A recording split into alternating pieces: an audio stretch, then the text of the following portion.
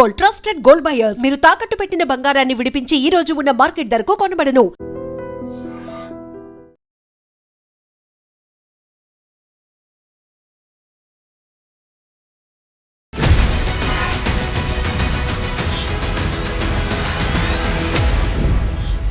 నమస్తే, welcome to I dream inside politics with కవిత.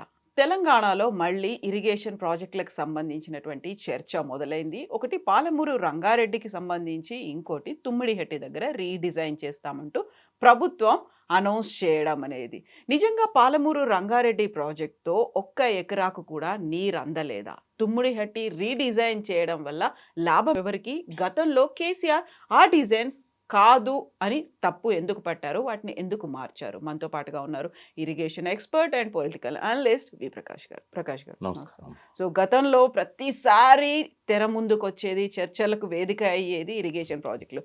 కాళేశ్వరం ప్రాజెక్టుతో పాటుగా పాలమూరు రంగారెడ్డి, తుమ్మిడిహెట్టి దగ్గర నుంచి రీడిజైన్ చేశారు. ఏం జరుగుతోంది అసలు ప్రాజెక్టుల విషయంలో? నిన్న కవిత గారు పాలమూరు రంగారెడ్డి మీద ఒక సభ పెట్టారు. అయితే ఆమె స్పీచ్ విన్నాను నేను. మంచిదే, ప్రజల్లోకి వెళ్ళి ప్రజలు ఎదుర్కొంటున్న సమస్యల మీద మాట్లాడడం మంచిదే. తర్వాత ప్రభుత్వం మీద ఒత్తిడి తేవడం కూడా మంచిదే. ఫెయిల్యూర్స్ మీద విమర్శలు కూడా మంచివే. కానీ ఒక పార్టీ అధినేత్రి, అది ఎదుగుతున్న పార్టీ, దాన్ని ప్రిపేర్ కాకుండా మాట్లాడద్దు. అంటే ఇది కొంచెం జటిలమైన సమస్య వాటర్ అనేది. పెద్ద పెద్ద వాళ్ళకే అర్థం కాదు అది. బట్ కేసీఆర్ ఫ్యామిలీ మెంబర్గా కేసీఆర్కు అపారమైన అనుభవం ఉంది ఇరిగేషన్లో. ఆ పార్టీలో ఉన్న ప్రతి ఒక్కరు కూడా ఇన్ఫ్లుయెన్స్ అయ్యారు ఆయన వల్ల. మరి ఎందుకంత బేసిక్గా ఆమె అవగాహన లేకుండా అర్ధసత్యాలు అసత్యాలు మాట్లాడాల్సిన అవసరం లేదు.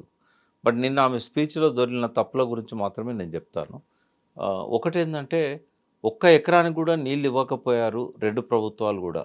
2.5 ఏళ్ళ నుంచి పాలమూరు బిడ్డను చెప్పుకునే రేవంత్ రెడ్డి ఇవ్వలేదు. కేసీఆర్ కూడా 33,000 కోట్లు ఇప్పటిదాకా ఖర్చు అని, వాళ్ళు 27,000 కోట్లు కేసీఆర్ పెట్టాడు. మరి ఎందుకు ఒక్క ఎకరానికి కూడా నీళ్ళు రాలేదనే విషయాన్ని ప్రశ్నించారు. ఇక్కడ అర్థం చేసుకోవాల్సింది ఏంటంటే, ఎన్జిటి దాని మీద స్టే ఉంది. అయితే ఆ స్టేని రిలాక్స్ చేయమని చెప్పి కేసీఆర్ కోర్టుకు పోయాడు, కేసీఆర్ ప్రభుత్వం. ఎన్జిటి ఎందుకు స్టే ఇచ్చింది? ఎన్విరాన్మెంట్ కాంపోనెంట్ ఏదైతే క్లియరెన్స్ ఉంటుందో అది ఇవ్వలేదు ఆ ప్రాజెక్టుకు. దానికి 2-3 రకాల కారణాలు ఉన్నాయి. ఒకటి, రిజర్వ్ ఫారెస్ట్ ఉంది. రెండవది, ఆ రిజర్వాయర్ల కోసం బండ్స్ ఇవన్నీ కట్టడానికి చెరువులకి వెళ్ళి పూటిగా తీసి ఆ మట్టి అంతా కూడా ఇచ్చేశారు. అయితే ఎవరో పోయారు దాని మీద. ఎన్జిటి ఒకప్పుడు నాగం జనార్దన్ రెడ్డి పోయాడు దాన్ని స్టే ఇవ్వమని చెప్పి. అంటే కంటిన్యూగా ఎన్జిటిలో ఈ వివాదం నడుస్తూనే ఉన్నది 10 ఏళ్ళ నుంచి. అంతకుముందు కేసీఆర్ గారు రాకముందు జూరాల నుంచి లింక్ అని ఉండే. ఏది చేసినా కూడా మాకు డౌన్ స్ట్రీమ్లో మాకు అష్యూర్డ్ వాటర్కి ఇబ్బంది అవుతుంది, కాబట్టి తీసుకోవడానికి వీలు లేదని చెప్పేసి ఆయన వేసిన లెటర్లు ఇప్పటికీ అక్కడనే ఉన్నాయి. అయితే కేసీఆర్ ఏం చేశాడు? ఇది కానియర్ వీళ్ళు. ఎందుకంటే మనకు రావాల్సిన 45 టీఎంసీలు అంటే గోదావరి కృష్ణ అనుసంధానం అయిన తర్వాత పోలవరం నుంచి ఎప్పుడైతే ప్రకాశం బ్యారేజీకి కెనాల్ తీసి కలిపారో, మాకు బై డిఫాల్ట్ మాకు ఆ 45 టీఎంసీలు మాకు వాడుకోవడానికి అవసరము. ఆ 45 టీఎంసీలు ఈ ప్రాజెక్ట్ ఇవ్వమని చెప్పి కేసీఆర్ గారు సిడబ్ల్యూసీ ముందు అడిగారు. అపెక్స్ కమిటీ మీటింగ్లలో కూడా, చంద్రబాబుతో భేటీలలో కూడా చర్చకు వచ్చింది. ఈ కృష్ణా ట్రిబ్యునల్కు రెఫర్ చేయడం వల్ల ఈ ఇష్యూస్ అన్నీ అట్లే ఆగిపోయినాయి. అయితే ఈమన్నట్టు ఎందుకు అగ్రికల్చర్కి ఇవ్వలేకపోయారు? ఎందుకంటే ట్రయల్ రన్ కూడా అయింది కేసీఆర్ గారు అన్నప్పుడు. అయితే కేసీఆర్ గారు ఎన్జిటి స్టేని రిలాక్స్ చేయమని 2 భాగాలుగా దాన్ని విడదీశాడు. ఒకటి అగ్రికల్చర్ సెక్టర్, ఇరిగేషన్. రెండవది drinking water. Palamuru one of the drought districts in the country. అంటే వరస్ట్ డ్రాట్ డిస్ట్రిక్ట్స్లలో పాలమూరు వస్తుంది, మహబూబ్ నగర్ వస్తుంది, నిజాం కాలం నుంచి కూడా. కాబట్టి సుప్రీంకోర్టు ఏం చేసిందంటే, తాగడానికి నీళ్ళు లేవన్నప్పుడు ప్రయారిటీ ఇవ్వాలి కాబట్టి మీరు అంతవరకే ఈ ప్రాజెక్టును కట్టుకోండి, ఓన్లీ ఫర్ డ్రింకింగ్ వాటర్. ఒక 7 టీఎంసీ దాకా మీకు వాడుకోవడానికి అవకాశం ఉంది, మీరు దానికి కావాల్సిన స్ట్రక్చర్స్ వరకే చేసుకోండి, ఇరిగేషన్ మాత్రం ముట్టుకోవద్దని చెప్పింది. బట్ ఆ ముసుగులో కేసీఆర్ ఏం చేశారు? ఏ గవర్నమెంట్ అయినా అంతే కదా, కొంచెం అవకాశం ఇస్తే చేసుకుంటారు. పనులు కొనసాగించాడు. దాని మీద కమిటీ వేసి అబ్జెక్షన్ చెప్పడమే కాకుండా దాదాపు కొన్ని 100 కోట్ల పెనాల్టీ వేసింది పాలమూరు రంగారెడ్డికి. కట్టారా లేదా నేను పర్సూ చేయలేదు, బట్ పెనాల్టీస్ పడ్డాయి. ఎందుకంటే violation of NGT stay, NGT వేసింది పెనాల్టీస్ అన్ని. అయితే ఇప్పుడు కవిత సీఎం అయినా కూడా ఈ హర్డిల్స్ తొలగించకుండా ఒక ఎకరానికి కాదు కదా, ఒక గజానికి కూడా నీళ్ళు ఇవ్వలేదు. ఈ విషయం ముందు అర్థం చేసుకోవాలి కదా. ఆ 45 టీఎంసీలు అభ్యంతరం చెప్పకుండా పాలమూరు రంగారెడ్డికి అలొకేట్ చేయాలి. అది చేస్తే ఈసీ క్లియరెన్స్ వస్తుంది. ఈసీ క్లియరెన్స్ వస్తే సిడబ్ల్యూసీలో ఉన్న అన్ని హర్డిల్స్ తొలగిపోతాయి. అప్పుడు ఎన్జిటి స్టే వేకేట్ అవుతుంది. ఇరిగేషన్ కాంపోనెంట్ను డెవలప్ చేసుకోవడానికి అవకాశం ఏర్పడుతుంది. ఓకే. మరి అది తెలియకుండా కరెక్ట్ డిమాండ్ చేయకుండా ప్రజలను రెచ్చగొట్టే ప్రసంగాలు అది రాజకీయంగా బాగుంటాయేమో కానీ ఇరిగేషన్ సంబంధించిన అవగాహన లేకుండా అట్లా మాట్లాడడం అనేది ఆమె ప్రతిభకు రాబోయే రోజుల్లో అది మచ్చది. కాబట్టి తెలుసుకొని మాట్లాడాలనేది ఆమెకు నేను చెప్తున్నా. అది ఏ ప్రాజెక్ట్ అన్నా కానీ వాస్తవాలు తెలుసుకోవాలి, ప్రజలను తప్పుదోవ పట్టియద్దు, పార్టీల మీద విమర్శలు సాహిత్యంగా ఉండాలి. అట్లయితేనే కొత్త పార్టీ అనేది ఎదుగుతుంది. ఇట్లా మాట్లాడితే కేవలం వాళ్ళని తిట్టడానికే ఈమె వచ్చిందనేది ఒక రాంగ్ మెసేజ్ పోతుంది. అది ఆమెకు మంచిది కాదు, ఆమె పార్టీకి మంచిది కాదు. తుమ్మిడిహెట్టి దగ్గర కూడా ప్రభుత్వం తరఫున 2 మంత్రులు వెళ్ళారు, అక్కడ ఇన్స్పెక్ట్ చేసి వచ్చారు. దాన్ని ముందుకు తీసుకెళ్ళాలి అంటే రీడిజైన్ చేయాలి అనే దాని ప్రతిపాదనలు కూడా వచ్చాయి. ముందుకు వెళ్ళడానికి ఒక డెసిషన్ అయితే తీసుకున్నారు. బట్ అదే తుమ్మిడిహెట్టిని కేసీఆర్ ఆ డిజైన్లను ఎందుకు కాదనుకొని మార్చారు? వీళ్ళెందుకు మళ్ళీ రీడిజైన్ చేస్తున్నారు? అంటే వాళ్ళు కేసీఆర్ను తప్పు పట్టడానికి ఈ కోదండరాం లాంటి వాళ్ళు, జయప్రకాష్ నారాయణ లాంటి వాళ్ళు, ఇది ఒక వైట్ ఎలిఫెంటు, కొండ విశ్వేశ్వరరెడ్డి అయితే అది కూలిపోయిందే మంచిదని చెప్తున్నాడు. అంటే వీళ్ళందరూ కూడా ఏం చేశారంటే కేసీఆర్ మీద బురద చల్లడానికి ఒక కంప్లీట్ అయిన ప్రాజెక్టును తప్పుపట్టారు. తప్పుపట్టారు కాబట్టి ఆల్టర్నేటివ్ వీళ్ళు చెప్పాలి కదా. మేనిఫెస్టోలో చెప్పారు, తుమ్మిడిహట్టి దగ్గర నుంచి తీసుకుంటే మాకు తక్కువ ఖర్చుతో వస్తాయి, ఇంత లిఫ్ట్లు అవసరం లేదు, కాబట్టి కేవలం కమిషన్ల కక్కుర్తిపడే కేసీఆర్ కాళేశ్వరం, మేడిగడ్డ ఇవన్నీ కట్టిండు అనేది ఒక అడ్డగోలు అసత్య ప్రచారం అయితే జరిగింది. అది అయితే ఇప్పుడు తుమ్మిడిహట్టి లాంటి ఇంకా 10 కట్టినా కూడా కాళేశ్వరం ప్రాజెక్టు సమానం కాదు. నంబర్ 1 ఏంటంటే వాళ్ళు బేస్టేజాలకు పోయి అలా రాసుకున్నారు కాబట్టి తుమ్మిడిహట్టి మేము కడతాం, మేము వచ్చిన తర్వాత అని చెప్పారు కాబట్టి పట్టుదల పోయి కడుతున్నారు. అయితే ఇప్పుడు ఇందులో ఉన్న సమస్యలు ఏందో చెప్తారు రీడిజైనింగ్లో. నంబర్ 1 ఏంటంటే 148 మీటర్స్కే కట్టుకోవాలని మహారాష్ట్ర, తెలంగాణ 2 ప్రభుత్వాల ఇంజనీర్లు డిసైడ్ చేశారు ఫైనల్గా. కానీ అప్పుడు టీఆర్ఎస్ ప్రభుత్వం ఏం చెప్పిందంటే మేము కంపెన్సేషన్ ఎంత అయినా ఇస్తాం, 152కు అలో చేయండి మమ్మల్ని. అంటే ఎందుకు అడిగింది? అక్కడ వచ్చే నీళ్ళను వాడుకోవాలంటే అంత కెపాసిటీ రిజర్వాయర్ కావాలి ఒకటి. నంబర్ 2 ఏంటంటే 152 మీటర్స్ ఎత్తున అప్పటికే 71 కిలోమీటర్లు కాలువ తవ్వారు. 11,000 కోట్లు ఖర్చు అయినాయి దాని మీద. అంతకుముందు 7,000 కోట్లు ఖర్చు అయినాయి. కేసీఆర్ వచ్చినాక పాత బిల్లులు సెటిల్ చేయడానికి ఇంకో 4,000 కోట్లు ఇచ్చాడు. పనులు అయితే ఆగిపోయినాయి అప్పుడు.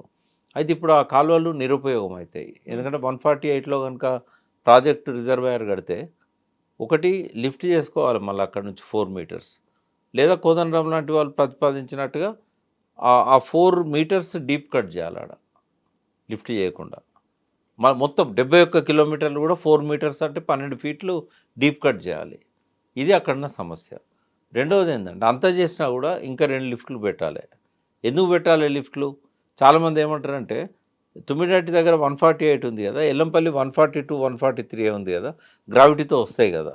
అంటే ప్రభుత్వంలో ఉన్న పెద్దలు కూడా అవగాహన లేకుండా గవర్నమెంట్లోకి రాగానే అట్లా మాట్లాడారు ముఖ్యమంత్రి కానీ, ఇరిగేషన్ మినిస్టర్ కానీ.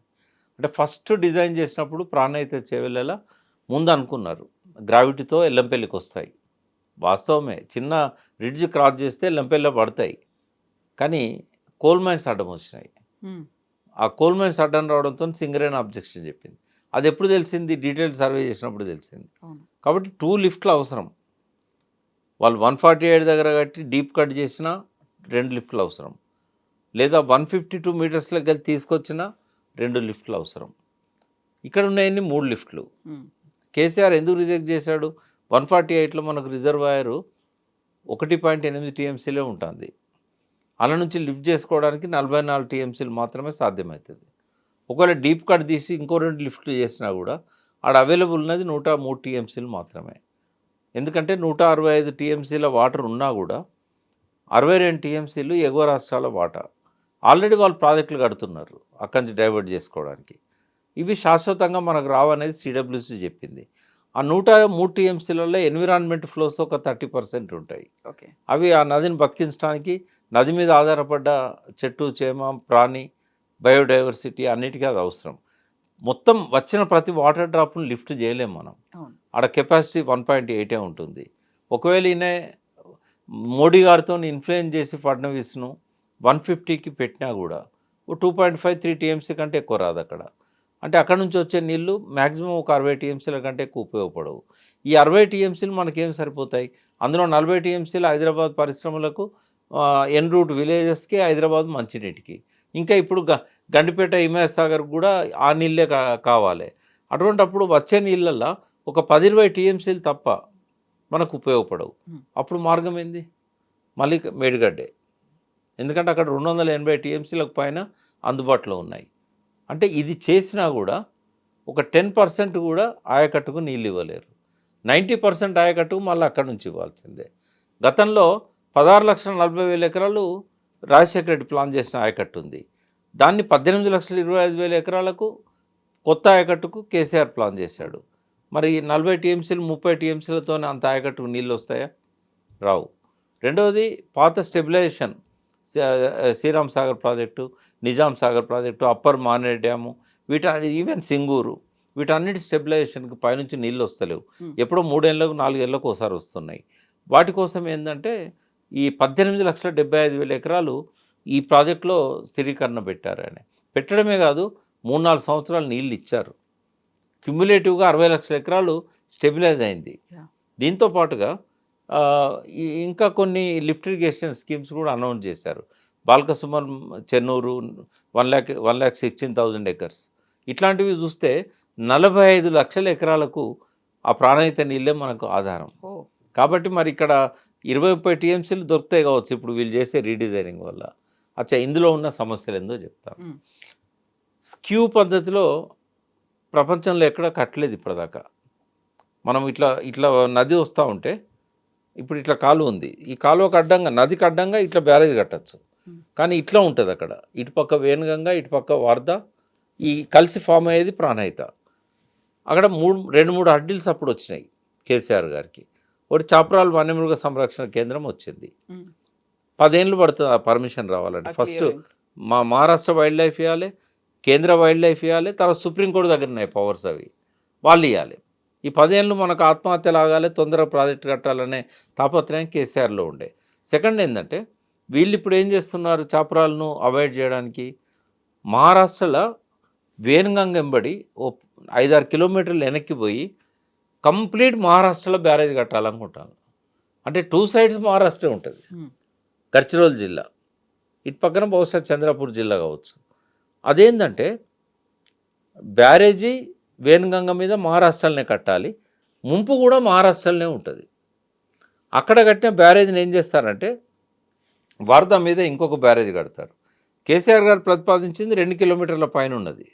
అక్కడ నుంచి 700 కోట్లతో నా బ్యారేజ్ కడితే కాలువ ద్వారా నీళ్ళు వచ్చి ఇదివరకు 152 మీటర్ల ఎత్తులో 71 కిలోమీటర్లు తవ్విన కాలువలో పడతాయి గ్రావిటీతో. అయితే వీళ్ళు ఏం చేస్తున్నారు, అంత పైకి పోకుండా జస్ట్ ఒక ఫ్యూ మీటర్స్ ప్రాణహితలో వార్దా కలవడానికి కొద్ది మీటర్ల ముందు ఒక బ్యారేజ్ కట్టాలనుకుంటారు. ఆ బ్యారేజ్కును వేణుగంగ బ్యారేజ్కు మధ్యలో ఒక పెద్ద కాంక్రీట్ డ్యామ్ కట్టాలనుకుంటారు. ఇప్పుడు ముంపు పెరుగుతుంది. 6.5-7 కిలోమీటర్లు ఉంటుంది అది మొత్తం స్ట్రక్చర్ పొడుగు. ఈ రెండింటిని లింక్ చేయాలంటే, వార్దా మీద కట్టేది వేణుగంగ మీద కట్టేది లింక్ చేయాలంటే చాపరాలు టచ్ కావద్దని చెప్పి పైనుంచి కడతారు. కట్టినప్పుడు 7 కిలోమీటర్లు అవుతుంది. అంటే ఇది చాలా ఎక్స్పెన్సివ్. ఎంత ఎక్స్పెన్సివ్ అంటే 20,000 కోట్లకు పైన అవుతుంది. అంటే ఇంత ఖర్చు పెట్టి కట్టగలుగుతారు, నో డౌట్. మళ్ళీ అక్కడ కూడా ఈ స్క్యూ పద్ధతి పెట్టాల్సిందే. అది వీళ్ళు ప్రపోజ్ చేశారు. మరి అది ప్రాక్టికల్గా సాధ్యమైందా కాదా అనేది చూడాలి. But nothing is impossible now A days. కట్టినా కూడా అది 10 ఏళ్ళు పడుతుంది. ముంపు ఎక్కువ అవుతుంది. ఆ చిన్న ముంపు 3,000 ఎకరాలకే ఫడ్నవీస్ ఒప్పుకోలే. మోడీ గారు చెప్తే ఇప్పుడు ఒప్పుకుంటాడా? పోనీ ఇంకొక 1 టీఎంసీ ఎక్కువ రిజర్వాయర్ వస్తుంది. దానివల్ల మనకు వచ్చేది 20-30 టీఎంసీలే. ఇవి తీసుకుపోయి ఏం చేస్తారు, సుందిలలో పోస్తారు. సుందిల దగ్గర మళ్ళీ ఒక లిఫ్ట్ అవసరమే కదా. సుందిల లిఫ్ట్ ఆల్రెడీ ఉంది కదా. ఇప్పుడు వీళ్ళు అవాయిడ్ చేసేది ఎన్ని, 1-2 లిఫ్ట్లు అక్కడ అవాయిడ్ చేస్తున్నారు. బట్ వచ్చే అదనపు వాటర్ ఎంత అంటే ఒక 30-40 టీఎంసీలు. మళ్ళీ మిగతా 150-160 టీఎంసీలు అయితే కాళేశ్వరం నుంచే మళ్ళీ ఎత్తిపోసుకోవాలి. అంటే దాని ప్రత్యామ్నాయం కానే కాదు ఇది.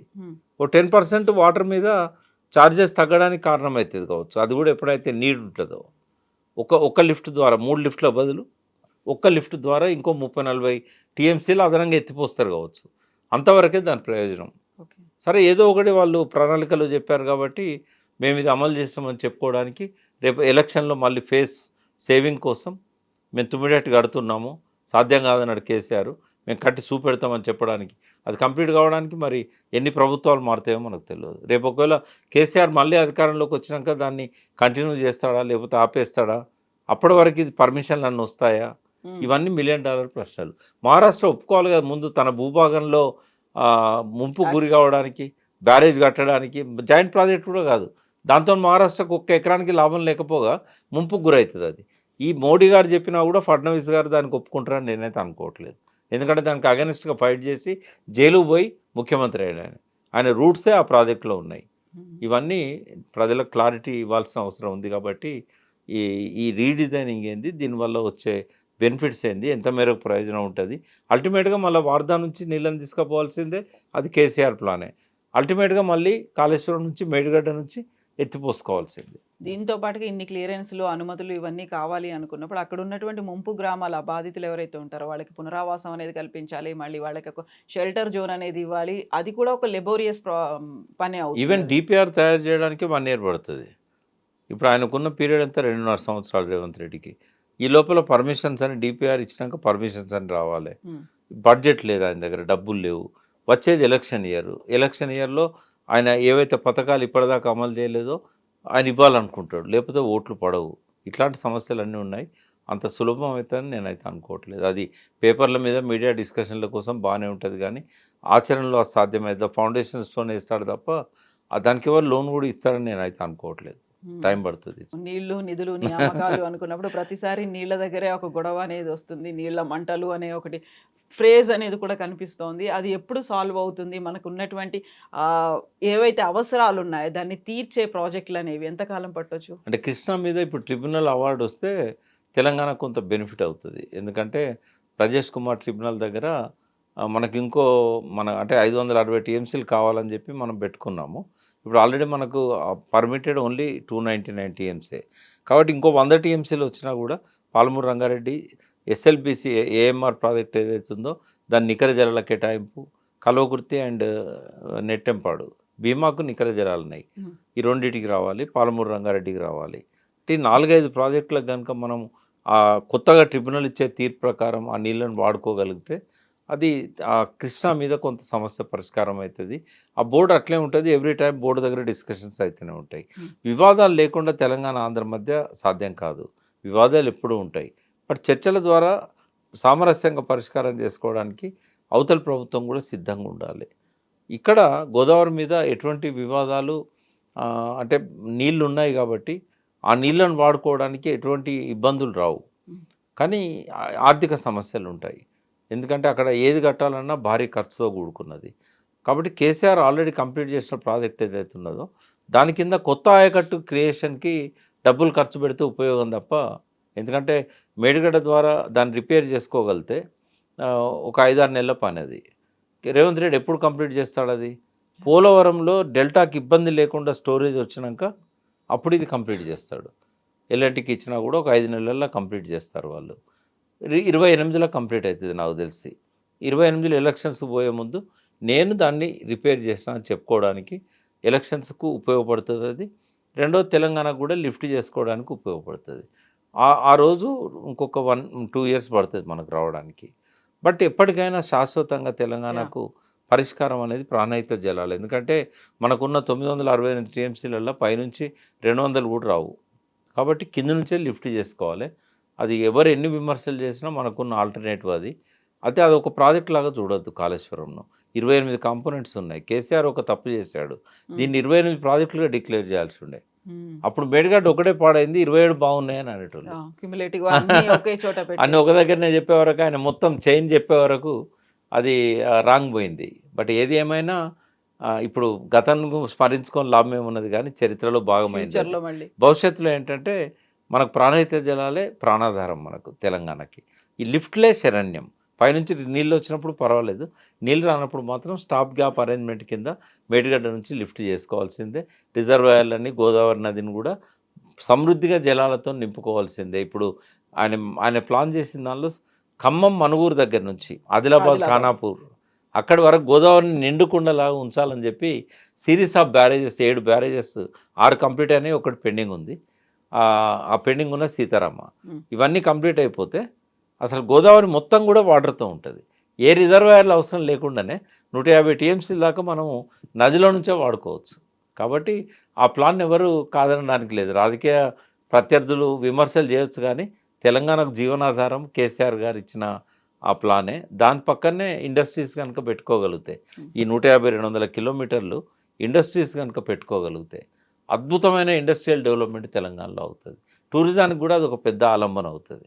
రకరకాల ఇన్కమ్ల ద్వారా కాళేశ్వరం మీద చేసిన అప్పు కట్టడం కూడా కష్టమేం కాదు. దశాబ్దాల తరబడి ఈ ప్రాజెక్టుల గురించి, అందులో ఇరిగేషన్ ప్రాజెక్టులు ఎన్ని వేల ఎకరాలకు ఇస్తాయి, బడ్జెట్లు ఈ ప్రతిసారి పెంచుకుంటూ పోతున్నారు. కానీ అది ఆ పేపర్ల వరకే పరిమితం అవుతుందా, లేకపోతే రాజకీయ ఆరోపణలకు పరిమితం అవుతుందా? యాక్చువల్గా ఎవరైతే బెనిఫిషరీస్ ఉన్నాయో, ఎక్కడికైతే నీరు చేరాలో అది మాత్రం అట్లాగే పేపర్ల మీదే ఉండిపోయింది. టైం పడుతుందమ్మా. ఎందుకంటే ఇప్పుడు కవిత గారు విమర్శ కూడా అదే, రిజర్వాయర్లు కంప్లీట్ అయినాయి, 33,000 కోట్లు పెట్టారు, ఒక్క ఎకరానికి నీళ్ళు ఇవ్వలేదని. ఉత్తమ్ కుమార్ రెడ్డి గారు ఇరిగేషన్ మినిస్టర్ అయినాక కూడా కాళేశ్వరం మీద 93,000 కోట్లు ఖర్చు పెట్టి 97,000 ఎకరాలకే ఇచ్చారు, 1,00,000 ఎకరాలకు కూడా ఇవ్వలేదనేది. ఎప్పుడైనా ప్రాజెక్టు కంప్లీట్ చేయడానికి ఎక్కువ టైం పట్టదు, 3 ఏళ్ళు 5 ఏళ్ళ కంటే ఎక్కువ కాదు. కానీ పిల్ల కాలువలు, డిస్ట్రిబ్యూటరీస్, ఇది చాలా లెబోరియస్ వర్క్, తక్కువ ఖర్చు ఉంటుంది, ఎక్కువ పని ఉంటుంది. కాబట్టి దీనికి 2-3 ఏళ్ళు పడుతుంది. ఎప్పుడైనా ఓ చెరువు దవ్వంగానే కాలువల నుంచి నీళ్ళు రావు కదా.